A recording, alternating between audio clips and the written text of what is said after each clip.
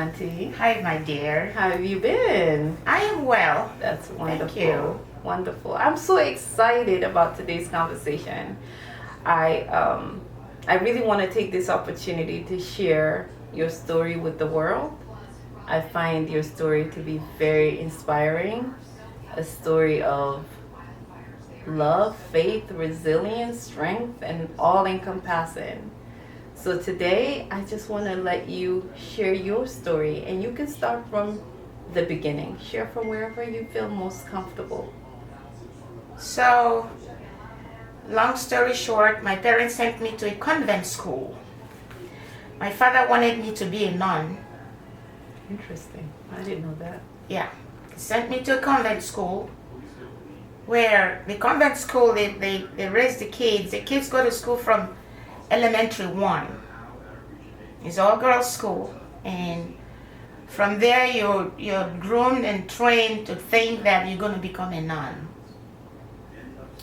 Well, by the time I got to the 7th grade, in terms of how we grade ourselves here, 7th grade, because elementary school then was 1st to 7th grade. 7th grade you go to what is called college, to secondary school. Secondary school. Secondary school was also all girls Catholic school.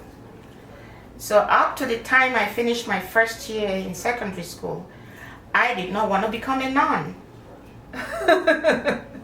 I didn't. But I had a friend that was in the boys' school next door to us, and at that point I knew that I wasn't cut out to be a nun. I wanted to live a secular life, because I had a lot of my schoolmates who came from non-Catholic households. Right. And there's some of them were already betrothed before we finished high school.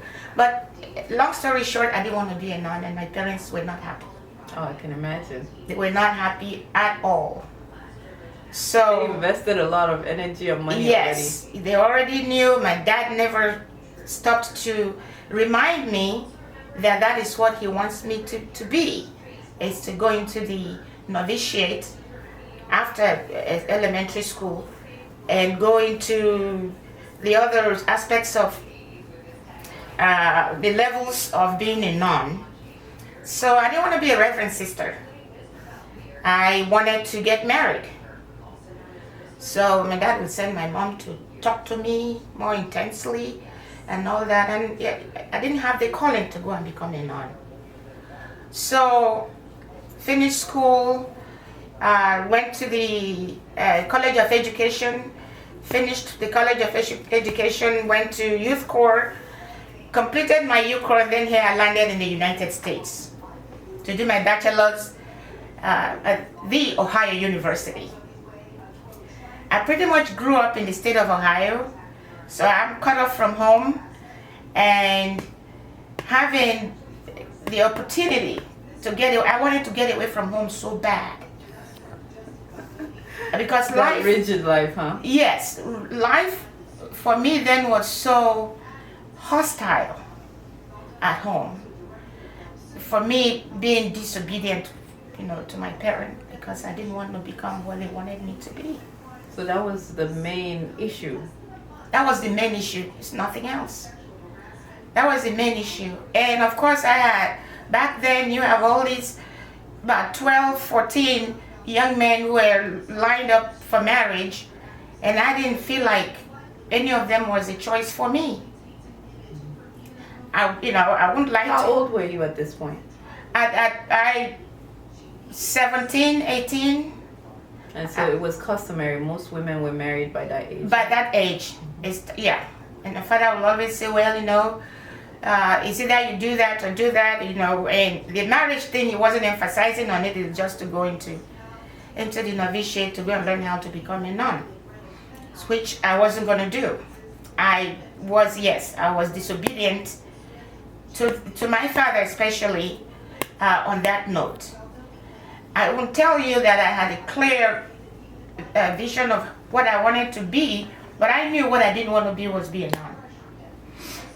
So when I finished youth corps, I got an admission to the Ohio University in Athens, Ohio, and that's pretty much where, I would say I grew up without that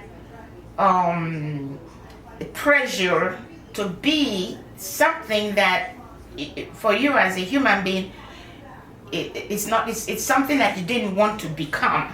So at OU, I learned to become myself. I studied, I made some good friends, and college life for me was very liberating. Mm-hmm. It was very liberating. So And you're new to America at this point. new to America, that straight from Nigeria to college. So that college environment gave me an opportunity to be me, to think for myself, to fend for myself, to be responsible for me and not to have to depend on my parents or my uncles, because they all had their say, or my older cousins, and you wanted to be this and you wanted to be that. So the years I spent at OU was for me the formation year. Now, if I may even talk about my upbringing with my mom was a typical housewife. Her husband's What did you think of that? Well, I think that she too was robbed of being who she wanted to become. Her opinion didn't matter in the house. My father's word was the law. So even though in her mind she wanted to, speak for me, or it's what he wanted, and sorry, Papa, but I just had to, that has been the way he's contemporary with them. You're a housewife. So he's also a victim of the culture. Yes. That's how he saw his father potentially. That's how he saw his father, and that's how you can't give what you don't know. So that's how he knew how to manage his own household. So a lot of discipline, a lot of, if you cannot not do what he said. So she, being my mother, also was a victim of that way of life. Her opinion didn't matter in the house. She did whatever my father wanted to be done. And so coming out here gave me that, liberated me from that. And I think that's the best decision that I made, and one of the best things that God had, given me the opportunity to become. So my years in college was good, and actually that is where I got intimated with my husband. So we knew each other from home, but from a distance. But we ended up at OU, and then we struck a relationship. So we dated for about 3 or 4 years, went back to Nigeria, got married, had a wedding, then came back. Those days things were not that hard. Mm-hmm. So because being on scholarship, on F1 visa, you are able to go and come as you pleased. So we came back, continued to go to school, had our first son, and then finished college, then moved to Columbus from Athens. From Athens, yeah. I moved to Columbus, and then So you had your other kids? I had my other 2 kids here in Columbus. So you had 3 kids total? I had 3 kids total. Yes. I had 3 kids total. So it was a struggle for me because I didn't learn a lot about being a wife from my mother. So for me it was, I am just going to survive and be sure to take care of my children and my husband. And I did not know any other way to be a wife but how my mother was a wife. So I was kind of subservient to my husband. And as much as the dysfunction was so deep, I was the one that would always, I was the one that would always, how do I put it now, accept the situation more. So What is the dysfunction? oh, the dysfunction in my marriage, I would say I was married to a man who wasn't, it was that same, my word is the law, even when you know he's wrong. Not being there for the children. I'm the man of the house. I wouldn't hold my child. When I had my first child, I would be in the room with my baby, and the baby would be crying so hard, and he goes and locks the door so he wouldn't be hearing the baby cry. His own child. Oh yeah, his own child. So I don't mind, sharing that part, because my prayer is that there shouldn't be any man in the world with that type of thinking. No level of responsibility for the children, because the children are the woman's responsibility to raise. So are you expected to be working at this point? Absolutely, full time. While you raise the kids? Yes. Full time? Full time. I'll raise from work. I'll take my kids to daycare center, go to work, race from work, come back, pick up my kids, come home, make sure that they are well fed. That's when, before they went into grade school. Grade school, then you talk about teacher-parent conferences, meetings, being there for your child in school, sporting activities. This man never one day attended one sporting activity for his children, not one. And above all, the pressure, and I must say this, the pressure back then from relatives in Nigeria were, you are in the United States, send us money, make sure you're sending us money. So I had in-laws that didn't care about, this woman is the one taking care of these children. All they want is their brother and their son to make sure they're sending money to Nigeria. Didn't matter how the money was made. So I accepted my faith, because like I said earlier, you can't give what you don't have. My husband did not have that upbringing to be held responsible for family as a man in the house. Wanted to be the man of the house, but I have to come up with paying the rent for the roof over our heads, the children to go to good schools, to make sure that they are well fed, and to make sure that they are well catered for. Thank God that, I was able to get into a good job, and I got to the point where I turned my back, and I'm like, I'm alone in this gambit, and I'll do the best I can. And that's what I did. What was he doing with his resources or with his time? Hardly was able to keep a job. Hardly. Life was so outward for him. I think he only come to eat when he needs a place to sleep or to eat. But as far as the children are concerned, he did not have any iota of responsibility towards them. And it beats me till today. And to think that, and I know that his mom went through, some very difficult time himself, because when I speak to her, she said, oh, this man is a carbon copy of his father. This man is doing the same thing his father did. It's exactly what his mother was always telling me. So he's copying what he saw, yes, growing up. It's a product of his father's, time. And it's horrible, because, again, at what point do you break that chain of dysfunction? At what point? And so my son would always say, when he finished high school, he said, Mom, I'm going to pay off your house. Already living here then. So I'm going to work hard and pay. I remember when their father left us here. By the way, the one day he just packed his stuff and went back to Nigeria. Wow. Yes, and we never saw him again. What? Yes. He went back and married another wife, and it was okay with his relatives, because I'm the woman that didn't fit into their demands.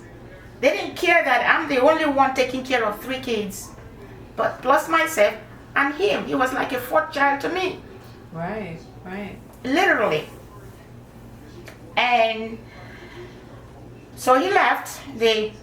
So he left, went back to Nigeria, and I never saw him again.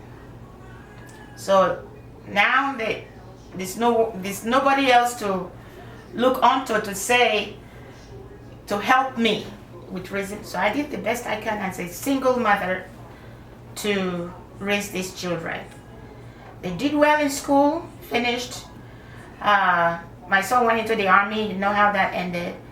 And at a point, I thought that it was best for the first 2, for my son and my second one, to go spend some time in Nigeria with my relatives. Mm-hmm. So I sent them home and stayed with the youngest one here. Interesting. Mm-hmm. They spent 2 solid years in Nigeria. Oh, wow. My daughter, my second one, finished high school in Nigeria, Oh. scored very well in JAM, and gained admission to the Ohio State University from his JAM results from Nigeria. Wow. Yes. That's good. So because I thought that I couldn't handle the kids when it got to that rebellious stage, which was so difficult for me to manage, I called home. My parents said, send them home.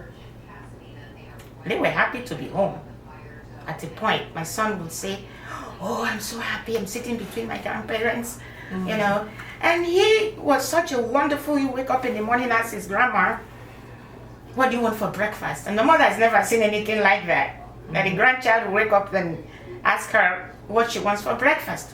But I wanted them to go to Nigeria and learn some home culture, because I knew that if I had not sent them home at that point, I would lose them to this system. So I sent them home. But at the time I sent my children home, my father was a much more mellowed guy.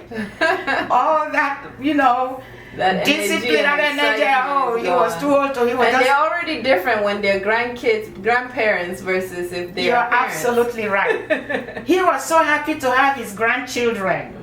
You know, as much as he and I had conflict when I was growing up, he was a totally different person towards his grandkids, and they had a good time. That's wonderful. So they came back after 2 years. They were able to meet their dad there, and when he heard they were there, he asked if he could come see them, and he did.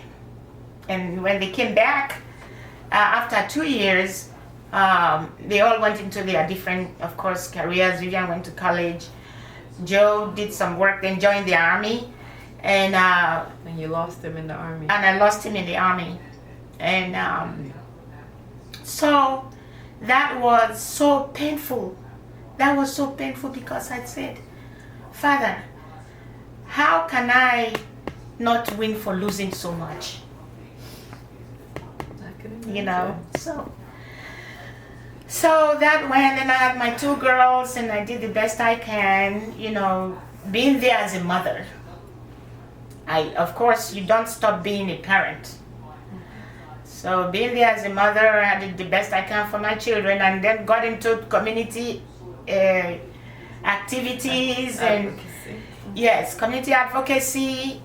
Even my career also helped me in being able to manage myself and manage my children. Because when I got into corrections, I became case manager to women in the female prison. So I did a lot of programming, and that helped me too. Yeah, the programming that I trained to do. I was a program specialist, and we thought about self-help, self-valuation, how to manage yourself as a woman in an abusive situation. And from then, even that there are resources out there, which, because I was so involved in my children and household, that I did not know there were resources out there that I could have gone to seek help to help myself in dealing with the trauma Mm-hmm. that I was going through at home. Right. So teaching those groups, teaching those classes helped me to grow also in recognizing my own trauma in life and also to seek help. I won't tell you raising the kids was easy. It was the most difficult thing I've ever had to do, alone. And people see you from outside, they don't know what you're going through. Right. And we are taught to keep your problems Everything to yourself. to yourself. You can't wash your dirty laundry outside, they say, right? Can't wash your dirty linen on to the public. Mm-hmm. But you know what? They don't stop. That's wrong. That is wrong. That is so wrong How because does that trauma impact your parenting? I was always angry. I was always an angry person. So looking back, I'm like, all that anger, if my children are not performing to a level that I expect them to, then it triggers anger in me against my own children. And they didn't understand why I'm always very angry. Right. So, but in hindsight, I was dealing with my own trauma from home. Mm-hmm. Because this becomes generational, right? it becomes generational. So I was transferring that anger to my own children. So got to the point where my daughter and I would go for counseling, go to seek help. That's wonderful. So she would not imbibe that kind of life when she has to raise her own children. And so we can get along well as parents, I mean, as that's mother and daughter. commendable because I know as Africans, we don't think about counseling or the value to ourselves, let alone being able to admit to ourselves that we have transferred trauma and we need to heal together. Correct. And also that our women need to learn that there is no problem that is unique to you. Somebody else somewhere is going through the same problem. So if you don't speak it out, how do you get help? Mm-hmm. And you know behind your mind that this way of life is not how you want to continue to be. So as I rose in my careers in corrections, became a specialist in my career, I started seeing things. I started getting offenders at the age of 18, 19 into my unit. And I'm thinking, how did you end up here, child? And they tell you the saddest stories from their childhood and the dysfunction in the house and how they ended up in prison because there was no other alternative. You put any child into the same shoes they were walking in, they'll end up in prison too. That's the truth. There was nothing unique that those kids were coming to prison because they're bad kids, and it's because the parenting was poor. There was no adult in their life to tell them this is wrong. Some of them would tell me, nobody has ever told me that breaking into somebody's house is wrong in their neighborhood. Can you imagine that? That's insane. Isn't that insane? But it happens every day. But we live in a very busy society and world today. So aside from the trauma that we're passing on, right? There's also that we have responsibilities, we have bills as parents, and you shared your story as a mother needing to work so hard. You're not going to be fully available to parent. So how do we help these type of situations? Yes. How do we help these type of situations? So I started seeing a lot of my own experience, things I should have done, differently when I was in the heat of trying to raise my kids by myself. And so I saw these young men coming to my unit. I saw them, this could be my sons. And I said, this could be my sons. What would you do? So I poured into them that nurturing that they lacked. When you asked me, how did I manage my life? What is my strength? The strength is in that I'm put in a position to help raise those children, and I did. They don't have a school diploma. They go back to school. We send them to school. They're inside the prison to get their GED. Right. And some of them will end up getting some kind of social science degrees in prison. I get letters back. The day they're going to walk out of that prison, I'll have a few of them come to my office to say thank you. That they thought I was being too harsh when I used to tell them, when I used to talk to them the way I did, but that they now see that it was for their own good. So I drew, after my son passed especially, I transferred that mother-son type of relationship to any young man that comes across my unit. Any of them. They call me the queen. Some of them call me grandma. Awesome. Some of them call me mom. So I am thankful for where I am today. But I tell you, the formative part of my life mostly is being able to be free to express myself as a young woman while I was in college, as nobody is there trying lording over me. You shouldn't do this. You shouldn't. Even when we're writing entrance exams to secondary school, my father still had to send the lady into the exam hall to say, no, you got to choose Holy Rosary. Don't choose government college, Kaba. Because I have to still to be in that Catholic school or girls' Catholic school where he was still trying to. But okay, I chose the school, I finished. I still wasn't ready to be a nun. How has losing your daughter affected you? Yeah, it affected me more profoundly in a different way. Because she was my best friend. Yeah. Aww. She was my best friend. She was the one that spent the most time with me. When she would speak, I said, I love you all the way from Nigeria. She tells me that all the time. So, excuse me.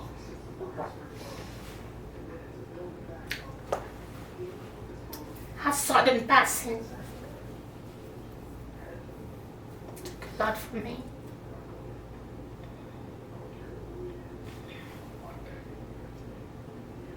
She was my strength.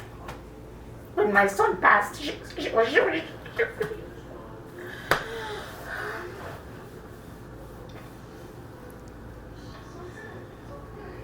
It's okay. Thank you. I had to be strong. Think. I remind myself, what was she looking down at me from heaven? What would she rather me do now? So I'm still reeling from that. But I know that someday I'll pick the pieces up again and try to feel myself and prove to God that her passing will not be in vain. It will not be in vain. Her passing It is not in vain. will not, even with my son.